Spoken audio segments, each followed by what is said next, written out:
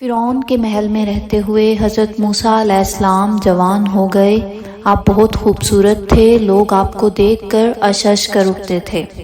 ان دنوں بنی اسرائیل پر فرعون کی طرف سے ظلم و ستم کا بازار گرم تھا۔ آپ کے جوان ہونے پر اس قوم پر مظالم میں کمی آ گئی اور فرعون لوگوں پر ظلم کرنے میں احتیاط کرنے لگا، کیونکہ وہ سوچتا تھا کہیں ہمارے مظالم سے موسیٰ علیہ السلام ناراض ہو کر ان کی حمایت نہ کرنے لگیں۔ حضرت موسیٰ علیہ السلام کسی پر ظلم ہوتا دیکھنا پسند نہیں کرتے تھے۔ آپ کے اس دور کے بارے میں اللہ تعالیٰ فرماتے ہیں، اور جب موسیٰ اپنی جوانی کو پہنچے اور شباب کے کمال کو پہنچ گئے تو ہم نے انہیں صحیح فہم اور علم عطا کیا، اور ہم نیک چلن اختیار کرنے والوں کو ایسا ہی صلہ دیا کرتے ہیں۔ پھر ایک دن ایسا ہوا کہ حضرت موسیٰ علیہ السلام شہر کا گشت لگا رہے تھے۔ آپ کی عادت تھی کسی پر ظلم ہوتا دیکھتے تو ظالم کا ہاتھ روک لیتے تھے۔ گشت کے دوران آپ نے دیکھا کہ ایک فرعونی کسی اسرائیلی سے لڑ رہا ہے۔ وہ اسے بری طرح سے مار رہا تھا اور گھسیٹ رہا تھا۔ آپ نے یہ منظر دیکھا تو رک گئے۔ ادھر اسرائیلی پر آپ کی نظر پڑی تو پکار اٹھا، اے موسیٰ میری مدد کیجیے۔ ایک تو وہ بیچارہ مظلوم تھا، دوسرا تھا بھی اسرائیلی۔ آپ یہ برداشت نہ کر سکے، آگے بڑھ کر فرعونی کو روکا، اسے سمجھانے کی کوشش کی۔ فرعونی ظلم سے باز نہ آیا۔ جب آپ سمجھاتے سمجھاتے تھک گئے اور اس نے آپ کے سمجھانے کا کوئی اثر نہ لیا تو آپ کو غصہ آ گیا۔ آپ نے غصے کی حالت میں ایک مکہ اسے دے مارا۔ وہ اس مکے کی تکلیف برداشت نہ کر سکا اور مر گیا۔ آپ کی نیت اسے جان سے مار ڈالنے کی نہیں تھی، اتفاقیہ حادثہ پیش آ گیا تھا۔ اس پر آپ کو بہت افسوس ہوا۔ آپ نے اللہ تعالیٰ سے اپنے اس فعل کی معافی مانگی۔ فرعونی کے قتل کی خبر پورے مصر میں پھیل گئی۔ کسی کو یہ پتہ نہیں تھا کہ اسے مارا کس نے ہے۔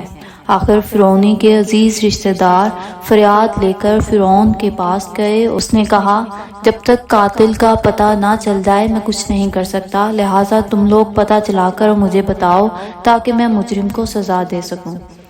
دوسرے دن حضرت موسیٰ علیہ السلام پھر گشت پر تھے کہ وہی اسرائیلی کسی دوسرے فرعونی سے جھگڑتا نظر آیا۔ اس نے حضرت موسیٰ علیہ السلام کو دیکھا تو کل کی طرح پھر مدد کے لیے پکار اٹھا۔ موسیٰ علیہ السلام بول اٹھے، بے شک تو ہی غلط راستے پر ہے۔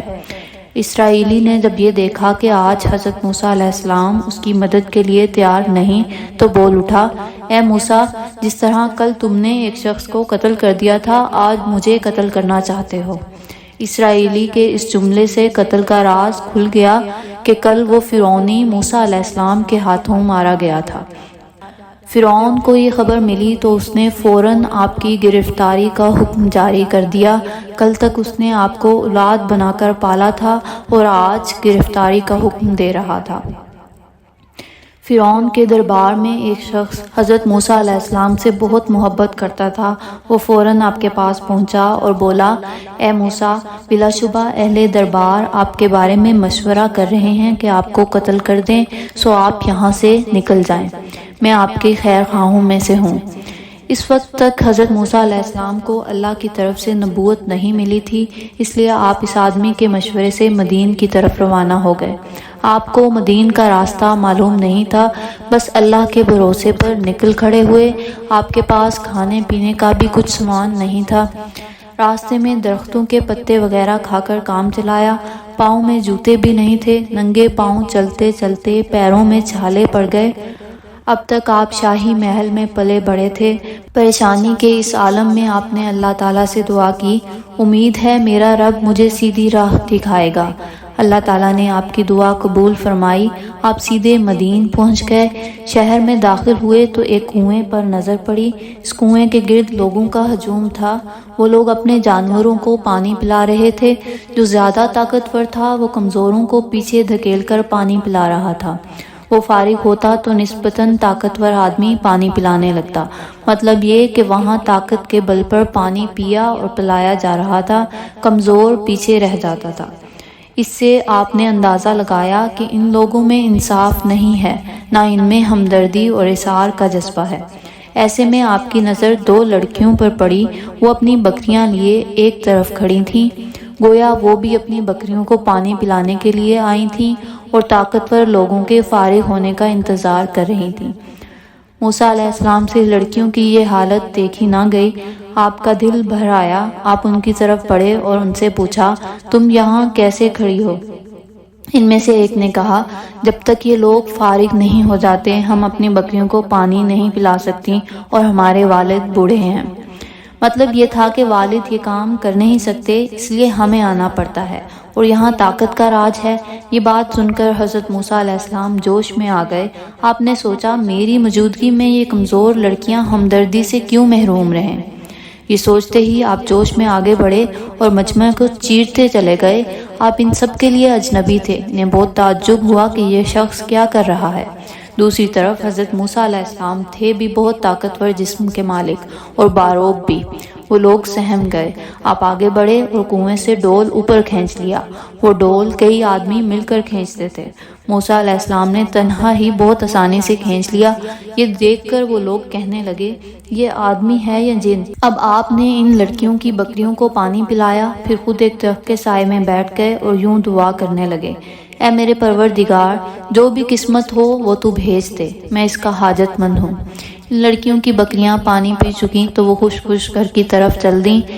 چونکہ آج بہت جلد آ گئی تھیں، اس پر ان کے والد بہت حیران ہوئے۔ ان بچیوں کے والد اللہ کے نبی حضرت شعیب علیہ السلام تھے اور اس وقت تک بوڑھے ہو چکے تھے۔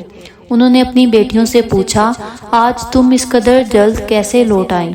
وہ بولیں، اللہ بھلا کرے اس مصری نوجوان کا، اس کی وجہ سے ہم جلد آ گئیں۔ پھر انہوں نے تفصیل سنا دی اور بولیں، ابا جان، کیا ہی اچھا ہو آپ اس مصری نوجوان کو مویشی چرانے کے لیے رکھ لیں۔ ایک تو وہ بہت طاقتور آدمی ہے، دوسرا امانت دار بھی ہے، کیونکہ ہم ان دونوں باتوں کو اپنی آنکھوں سے دیکھ چکے ہیں۔ اس پر حضرت شعیب علیہ السلام بولے، تم نے یہ باتیں اتنی جلدی کیسے جان لیں؟ انہوں نے جواب میں کہا، اس کی طاقت کا اندازہ تو ہم نے اس بات سے لگایا ہے کہ جس ڈول کو کئی آدمی مل کر کھینچتے ہیں، اس نوجوان نے تنہا ہی کھینچ لیا، اور اس کی امانت دار ہونے کا اندازہ ہم نے اس سے لگایا ہے کہ جب اس نے ہم سے پوچھا کہ تم الگ کیوں کھڑی ہو، آگے بڑھ کر اپنی بکریوں کو پانی کیوں نہیں پلاتی، تو اس وقت اس کی نظریں بالکل نیچی رہیں۔ باقی آپ اسے دیکھ کر خود اندازہ لگا لیں گے۔ حضرت شعیب علیہ السلام نے ساری بات سن کر کہا، ٹھیک ہے، تم جا کر اسے بلا لاؤ۔ اب ان میں سے ایک پھر حضرت موسیٰ علیہ السلام کو بلانے آئی۔ آپ کے نزدیک آ کر بولی، میرے والد آپ کو بلاتے ہیں، آپ نے ہمارے جانوروں کو پانی پلایا تھا، وہ آپ کو اس کا صلہ دینا چاہتے ہیں۔ آپ نے اللہ تعالیٰ سے خیر طلب کی تھی، چنانچہ فوراً اس لڑکی کے ساتھ چلنے کے لیے تیار ہو گئے۔ آپ نے اس سے فرمایا، ٹھیک ہے، میں تمہارے ساتھ چلتا ہوں، لیکن میں آگے چلوں گا اور تم میرے پیچھے رہنا۔ یہ ترکیب آپ نے اس لیے اختیار کی تاکہ اس اجنبی لڑکی پر نگاہ نہ پڑے۔ ظاہر ہے لڑکی آگے چلتی تو وہ آپ کو نظر آتی رہتی۔ یہ بھی حضرت موسیٰ علیہ السلام کے امانت دار ہونے کا ثبوت تھا۔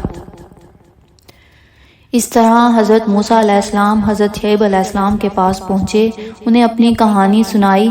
حضرت شعیب علیہ السلام نے ساری تفصیل سن کر کہا، ٹھیک ہے، آپ فکر نہ کریں، ڈرنے کی ضرورت نہیں۔ یہ مدین ہے جو مصر کی حدود سے باہر ہے، یہاں فرعون کی حکومت نہیں۔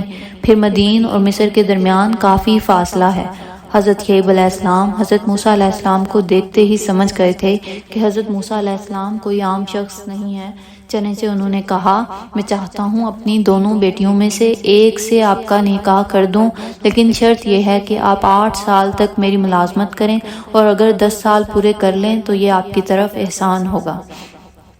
ساتھ میں حضرت شعیب علیہ السلام نے یہ بھی فرمایا، میں آپ پر کوئی مشقت نہیں ڈالنا چاہتا، آپ مجھے انشاءاللہ صالح کار، اچھا اور بھلا آدمی پائیں گے۔ یہ کہنے سے حضرت شعیب علیہ السلام کا مقصد یہ تھا کہ میں آپ سے کوئی سخت خدمت نہیں لوں گا، یہاں رہ کر آپ کو تجربہ ہو جائے گا، میں بری طبیعت کا مالک نہیں ہوں، اللہ کے فضل سے میں نیک بخت ہوں۔ آخر حضرت شعیب علیہ السلام اور حضرت موسیٰ علیہ السلام کے درمیان معاملہ طے ہو گیا۔ اس کے مطابق آپ اپنا کام کرنے لگے۔ بکریاں چرانا دراصل انبیاء کی سنت ہے۔ اس لیے حضرت موسیٰ علیہ السلام سے بھی یہ کام لیا گیا۔ آپ نے 10 سال تک یہ خدمت انجام دی، پھر حضرت شعیب علیہ السلام نے اپنی بیٹی کی شادی ان سے کر دی۔ یہ سب کام آپ کو نبوت ملنے سے پہلے کے ہیں۔